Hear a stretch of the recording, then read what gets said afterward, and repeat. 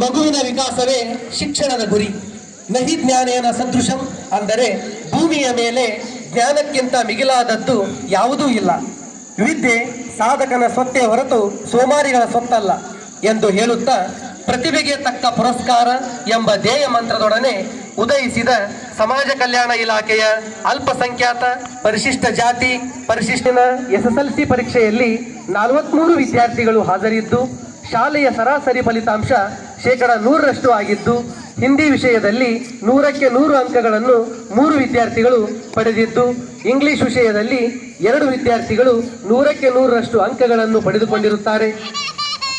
ಅದಲ್ಲದೆ ಜಿಲ್ಲೆಯಲ್ಲಿ SSLCಯಲ್ಲಿ ಸರಾಸರಿ ಸಮಾಜ ವಿಜ್ಞಾನ ವಿಷಯದಲ್ಲಿ ಅತಿ ಹೆಚ್ಚು ಅಂಕಗಳನ್ನು ಪಡೆದು ಜಿಲ್ಲೆಗೆ ದ್ವಿತೀಯ ಸ್ಥಾನ ಬಂದಿರುವುದು ಹೆಮ್ಮೆಯ ವಿಷಯ. ಹಾಗೆಯೇ 2024-25ನೇ ಸಾಲಿನ ಶೈಕ್ಷಣಿಕ ಪ್ರಗತಿಯನ್ನು ಕುರಿತು ಹಲವಾರು ಕಾರ್ಯಕ್ರಮಗಳು ಚಾಲನೆಯಾಗಲು ಪ್ರಾಂಶುಪಾಲರ ಮುಂದಾಳತ್ವದಲ್ಲಿ ನುರಿತ ಹಾಗೂ ಪ್ರತಿಭಾವಂತ ಶಿಕ್ಷಕರನ್ನು ಒಳಗೊಂಡ ತಂಡವು ಸಾಧಿಸಿದ ಪ್ರಗತಿ ಹಾಗೂ ಶೈಕ್ಷಣಿಕ ಚಟುವಟಿಕೆಗಳ ವಿವರ ಹೀಗಿದೆ.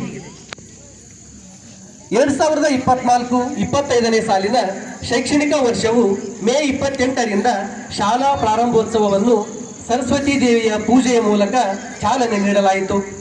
ಜೂನ್ 5ನೇ ತಾರೀಕಿನಂದು ವಿದ್ಯಾರ್ಥಿಗಳಲ್ಲಿ ಅದರಿಂದ ವಿದ್ಯಾರ್ಥಿಗಳು ಹೆಚ್ಚು ಪದಕ ಪಾರಿತೋಷಕಗಳನ್ನು ಪಡೆದು ಶಾಲೆಗೆ ಕೀರ್ತಿ ತಂದಿದ್ದಾರೆ.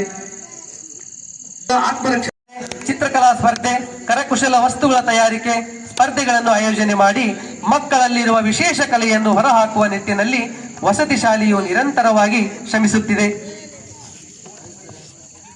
ಊಟ ಬಲ್ಲವನಿಗೆ ರೋಗವಿಲ್ಲ, ಮಾತು ಬಲ್ಲವನಿಗೆ ಜಗಳವಿಲ್ಲ ಎಂಬ ನಾಣ್ಣುಡಿಯಂತೆ ನಮ್ಮ ವಸತಿ ಶಾಲೆಯು ಸುಸಜ್ಜಿತವಾದ ಭೋಜನಾಲಯವನ್ನು ಹೊಂದಿದ್ದು ವಿದ್ಯಾರ್ಥಿಗಳ ಆರೋಗ್ಯ ಹಾಗೂ ಬೆಳವಣಿಗೆಯ ದೃಷ್ಟಿಯಿಂದ